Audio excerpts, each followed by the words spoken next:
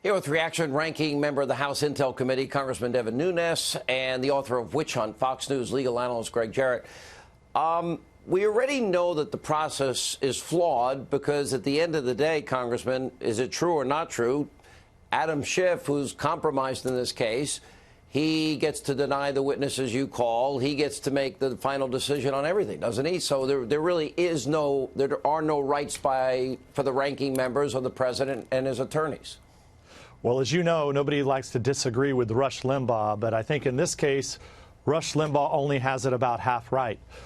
At least during the Kavanaugh hearings, the Republicans had the ability to bring up people who were supporting Kavanaugh. We don't even have that. So Adam Schiff and his team, whoever, met with the whistleblower. We've had no access to the whistleblower.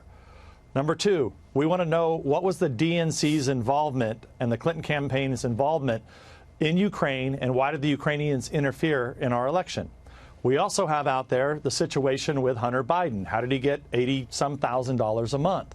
These are just basic questions that we deserve to have the answer to before any of this circus is set to begin on Wednesday. We should have those answers.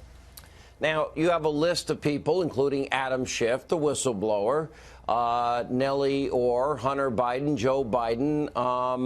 Will any of your witnesses be allowed to testify?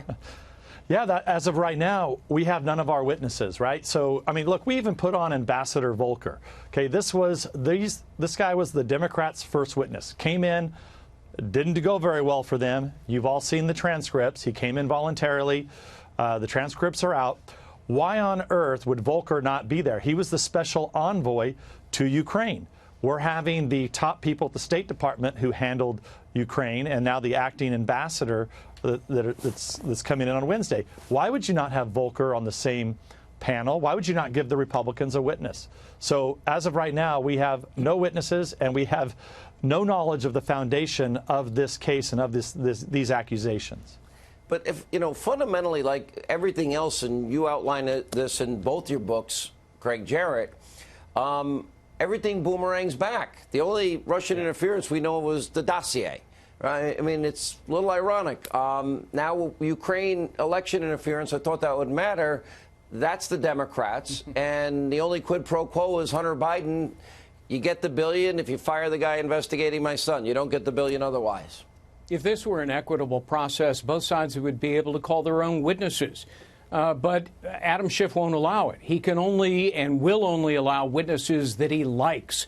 Reminds me of the old Henry Ford quote, "Any customer can have a car painted any color as long as it's black." Look at the first two witnesses that will be called on Wednesday, Bill Taylor and George Kent.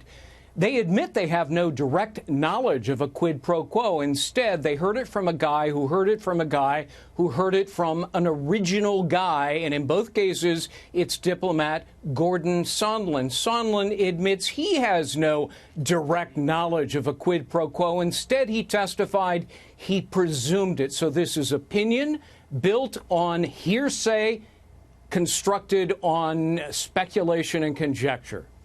Now, the Senate, Congressman Nunes, they would have the ability to call all of these witnesses. Lindsey Graham said this is dead on arrival without the whistleblower, and he wants Hunter Biden to testify. Tell us what the Senate can do, and what would you recommend they do? Well, let's see how this goes this week. My guess is it's going to be a complete circus. We're not going to get any of our witnesses.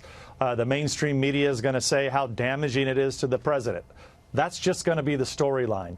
But the fact of the matter is, if you actually read these transcripts, and Greg Jarrett was just going through them, Byron York has a piece out tonight talking about Vindman, their star witness.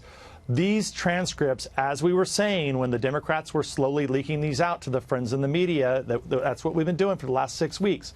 But now that the transcripts are out, they're devastating to the Democrats. So let's see where it goes. But at the end of the day, the Senate should be calling all these people in as soon as possible. Okay, I hope the Senate's listening. They've got to do their job now.